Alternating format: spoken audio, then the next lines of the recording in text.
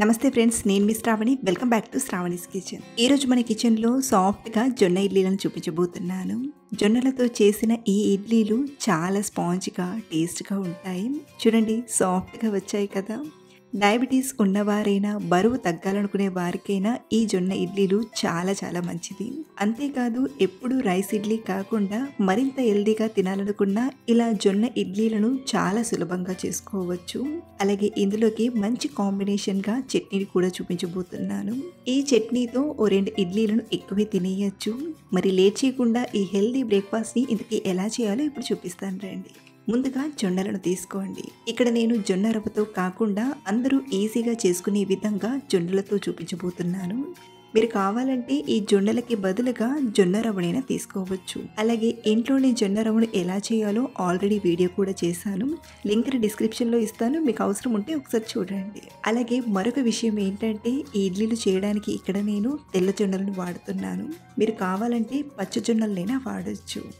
ముందుగా ఒక గిన్నెలోకి 2 కప్పుల జొన్నలను తీసుకొని బాగా కడగండి. ఇలా 1-2 సార్లు బాగా కడిగి మళ్ళీ నీళ్ళను తీసుకొని పక్కన పెట్టండి. ఇప్పుడు పప్పు కడగడానికి మరొక గిన్నెలోకి 1/2 కప్పు వరకు మినపప్పును తీసుకోండి. ఇందులోనే ఒక 1/2 టీ స్పూన్ వరకు మెంతులను తీసుకొని బాగా కడగండి. ఇలా కడిగి ఇందులో కూడా నీళ్ళను తీసుకొని జొన్నలను, ఈ మినపప్పును ఒక 4 గంటలు బాగా నానబెట్టండి. ఇక్కడ నేను 4-5 గంటల తర్వాత చూపిస్తున్నాను. పప్పు అయినా జొన్నలైనా చక్కగా నానాయి. సో ఇలా నానిన ఇవి గ్రైండ్ చేయడానికి ముందుగా అటుకులను నానబెట్టి తీసుకుందాం. అటుకులు నానబెట్టడానికి ఒక గిన్నెలోకి 1/2 కప్పు వరకు అటుకులను తీసుకొని ఒకసారి బాగా కడిగి మళ్ళీ నీళ్ళను తీసుకొని ఒక 5 నిమిషాలు పక్కన పెట్టామంటే అటుకులు మెత్తబడతాయి. ఇప్పుడు పిండిని రుబ్బడానికి మిక్సీ గిన్నెలోకి నానబెట్టిన పప్పును తీసుకోండి. ఇక్కడ నేను మిక్సీ జార్లోనే రుబ్బే ప్రాసెస్ని చూపిస్తున్నాను. మీరు కావాలంటే గ్రైండర్లో అయినా రుబ్బి తీసుకోవచ్చు. అలాగే ఇందులోనే నానబెట్టిన అటుకులను కూడా తీసుకోండి. అవసరానికి సరిపడా నీళ్ళను చూసుకొని కొంచెం కొంచెంగా వేస్తూ పిండి బాగా నలిగేంత వరకు మెత్తగా గ్రైండ్ చేయండి. చూడండి, పిండి ఇలా చక్కగా నలిగి మెత్తగా వచ్చాక ఒక బౌల్లోకి ట్రాన్స్ఫర్ చేసుకుందాం.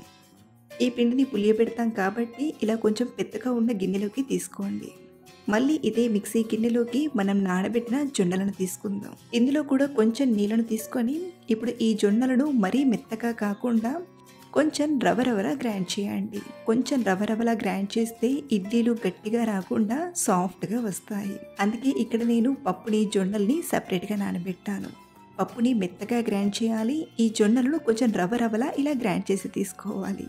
ఇలా కొంచెం బరకగా గ్రైండ్ చేసామంటే ఇడ్లీలు గట్టిగా రాకుండా స్పాంజ్గా వస్తాయి. ఇలా గ్రైండ్ చేసిన ఈ పిండిని కూడా గిన్నెలోకి తీసుకుందాం. మీకు పిండి ఏమైనా గట్టిగా అనిపిస్తే ఈ టైంలోనే కొంచెం నీళ్ళను అడ్జస్ట్ చేసుకొని బాగా కలపండి. ఇలా ఒకే డైరెక్షన్లో తిప్పుతూ ఒక 2 నిమిషాల పాటు బాగా కలపండి. ఇక్కడ నేను స్పూన్తో కలుపుతున్నాను, మీరు కావాలంటే చేతితో అయినా కలపచ్చు. ఇలా బాగా కలిపాక మూత పెట్టి రాత్రంతా పులియబెట్టాలి. కనీసం ఒక 8 గంటల సేపైనా నానబెట్టాలి పిండిని. మర్నాడు ఉదయం చూపిస్తున్నాను.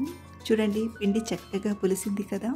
ఇలా పులిసిన తర్వాత మనం ఇడ్లీలు చేసుకోవడం వలన ఇందులోని పోషకాలు అనేవి ఒంటికి చాలా బాగా పడతాయి.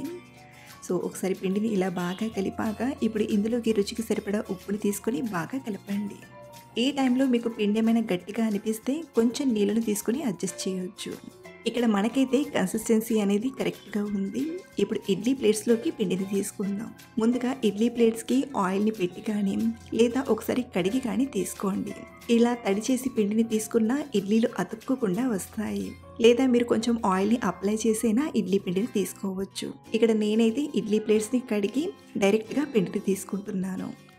ఇలా అన్ని ఇడ్లీ ప్లేట్స్లోకి పిండిని తీసుకున్నాక వీటిని ఆవిరిపై ఉడికించడానికి నేను ముందుగానే ఇడ్లీ గిన్నెలోకి గ్లాసున్నర నీళ్ళను తీసుకొని బాగా వేడి చేశాను.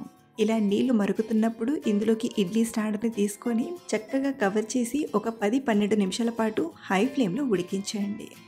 ఒక పక్కన ఇడ్లీ ఉడుకుతూ ఉంటుంది, మరో పక్కన మనం చట్నీ ప్రిపరేషన్ని చూద్దాం. కడాయిలోకి ఒక టేబుల్ స్పూన్ నూనెను తీసుకొని ఇందులోకి ఒక 5-6 ఎండుమిరపకాయలను తీసుకొని దోరగా ఫ్రై చేయండి. ఇవిలా కొంచెం దోరగా ఫ్రై అయ్యాక ఒక గిన్నెలోకి తీసుకొని పక్కన ఉంచండి. ఇదే నూనెలోకి ఒక టేబుల్ స్పూన్ పచ్చిశనగపప్పుని తీసుకొని దోరగా ఫ్రై చేయండి. ఇలా పప్పు కొంచెం ఫ్రై అయ్యాక ఇందులోనే ఒక 5-6 వెల్లుల్లిపాయల్ని అలాగే ఒకటి కట్ చేసిన ఉల్లిపాయ ముక్కల్ని తీసుకొని ఫ్రై చేయండి. ఇవి ఇలా కొంచెం దూరగా ఫ్రై అయ్యాక ఇందులోకి ఒక 2 రెబ్బల చింతపండుని తీసుకోండి. అలాగే ఒక అరంగుళం అల్లం ముక్కని, కొన్ని కరివేపాకులను తీసుకొని మరి కాస్త ఫ్రై చేయండి. ఇవన్నీ ఇలా దూరగా ఫ్రై చేశాక ఇందులోకి వేపిన పావు కప్పన్ని పల్లీలను తీసుకోండి. ఇక్కడ నేను కేవలం పల్లీలనే వాడుతున్నాను కదా, మీరు కావాలంటే పచ్చి కొబ్బరి ముక్కలైనా తీసుకోవచ్చు. పల్లీలను తీసుకున్నాక మరొక నిమిషం బాగా ఫ్రై చేసి స్టవ్ ఆఫ్ చేసేయడమే. ఇవి కొంచెం చల్లారాక మిక్సీ గిన్నెలోకి తీసుకుందాం. అలాగే ఇందులోనే మనం ఫ్రై చేసి పెట్టిన ఎండుమిరపకాయల్ని, 1/2 టీ స్పూన్ జీలకర్ర, రుచికి సరిపడా ఉప్పును తీసుకొని మెత్తగా గ్రైండ్ చేయండి. ముందుగా నీళ్లు వేయకుండా బాగా గ్రైండ్ చేసి ఆ తర్వాత సరిపడా నీళ్ళను తీసుకొని మెత్తగా రుబ్బి తీసుకోండి. చూడండి, మనం చట్నీని ఎంత మెత్తగా రుబ్బి తీసుకుంటామో అంత ఎక్కువగా వస్తుంది.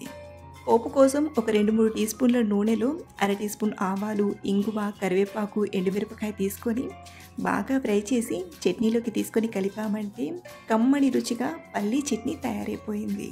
ఇలా చేసిన చట్నీని ఏ బ్రేక్ఫాస్ట్లోకి తిన్నా కమ్మగా తినేయచ్చు. సో పల్లీలతో సింపుల్గా చేసుకునే చట్నీ ప్రిపరేషన్ని చూసాం కదా. ఇప్పుడు మరో పక్కన ఉడుకుతున్న ఇడ్లీలు ఒక 10 నిమిషాల తర్వాత స్టవ్ ఆఫ్ చేసేసి పైన ఉన్న మూతను కొంచెం ఓపెన్ చేసి పెట్టండి. దీని వలన ఇడ్లీలు అనేవి గట్టిగా అవ్వకుండా ఉంటాయి. సో ఇలా మూతను కొంచెం ఓపెన్గా పెట్టాక ఒక 5 నిమిషాల తర్వాత మనం ఇడ్లీలను డిమోల్డ్ చేసి తీసుకోవడమే. వెంటనే తీస్తే ఇడ్లీ స్టాండ్ నుండి ఇడ్లీలు అనేవి విరిగిపోయినట్టుగా వస్తాయి.